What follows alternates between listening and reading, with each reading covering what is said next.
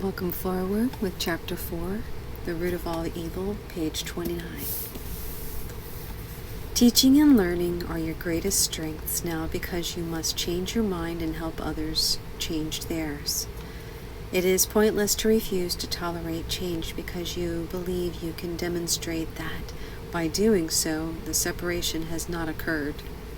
The dreamer who doubts the reality of his dreams while he is still dreaming is not really healing the level split. You have dreamed of separate ego, and you have believed in a world where rests upon it. This is very real to you. You cannot undo this by doing nothing and not changing. If you are willing to renounce the role of a guardian of your thought system and open it to me, I will correct it very gently and lead you home.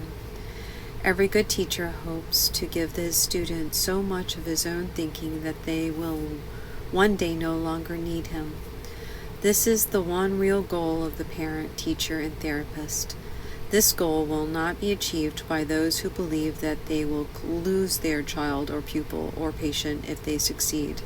It is impossible to convince the ego of this because it goes against all of its own laws.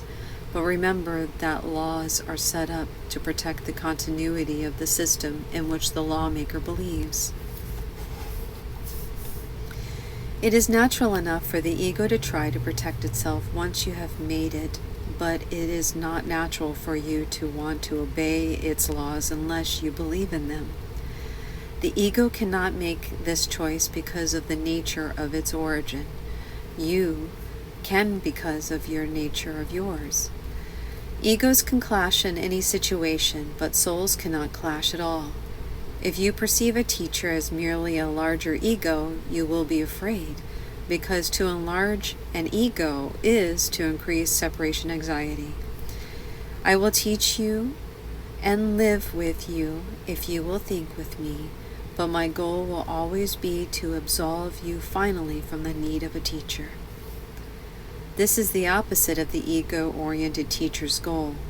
He is convinced with the effort of his ego on others' ego, and therefore interprets their interactions as a mean of ego preservation. I would not be able to devote myself to teaching if I believed this, and you would not be a devoted teacher as long as you maintained it. I am constantly being perceived as a teacher, either to be exalted or rejected, but I do not accept either perceptions for myself. Your worth is not established by your teaching or your learning. Your worth was established by God. As long as you dispute it, everything you do will be fearful, particularly any situation which lends itself to the superiority-inferiority fallacies. Teachers must be patient and repeat their lessons until they are learned. I am willing to do this because I have no right to set your learning limits for you. Once again, nothing you do or think or wish or make is necessary to establish your worth. This point is not debatable except in delusions. Your ego is never at stake because God did not create it. Your soul is never at stake because He did. Any confusion on this point is a delusion, and no form of devotion is possible as long as this delusion lasts. The ego tries to exploit all situations into forms of praise for itself in order to overcome its doubts. It will be doubtful forever, or rather, as long as you believe in it. You who made it cannot trust it because you know it is not real. The only sane solution is not to try to change reality, which is indeed a fearful attempt, but to see it as it is. You are a part of reality which stands unchanged beyond the reach of your ego, but within easily reach of your soul. When you are afraid, be still and know that God is real and you are His beloved Son in whom He is well pleased. Do not let your ego dispute this, because the ego cannot know what is far beyond the reach as you are. God is not the author of fear, you are. You have chosen, therefore, to create unlike him, and you have made fear for yourself. You are not at peace because you are not fulfilling your function. God gave you a very lofty responsibility which you are not meeting. You know this, and you are afraid. In fact, your ego has chosen to be afraid instead of meeting it.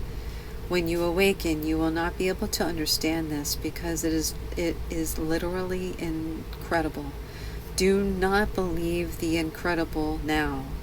Any attempts to increase its believableness is merely to postpone the inevitable. The word inevitable is fearful to the ego, but joyous to the soul.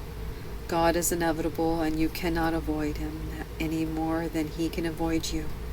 The ego is afraid of the soul's joy because once you have experienced it, you will withdraw from all protection from the ego and become totally without the investment in fear. Your investment is great now because fear is a witness to the separation, and your ego rejoices when you witness it. Leave it behind. Do not listen to it, and do not preserve it. Listen only to God, who is incapable of deception, as are the souls he created. Release yourselves and release others. Do not present a false and unworthy picture of yourself to others, and do not accept such a picture of them yourselves. The ego has built a shabby and unsettling home for you because it cannot build otherwise. Do not try to make this impoverished house stand. Its weakness is your strength. Only God could make a home that is worthy of his creation, who have chosen to leave it empty by their own dispossession. Yet his home will stand forever, and it is ready for you when you choose to enter it. Of this you can be wholly certain. God is incapable of creating the perishable as the ego is making the eternal. Of your egos, you can do nothing to save yourself or others, but of your souls, you can do everything for the salvation of both. Humility is a lesson for the ego, not for the soul. The soul is beyond humility because it recognizes its radiance and gladly sheds its light everywhere. The meek shall inherit the earth because their egos are humble, and this gives them better perception. Thus page 29 ends.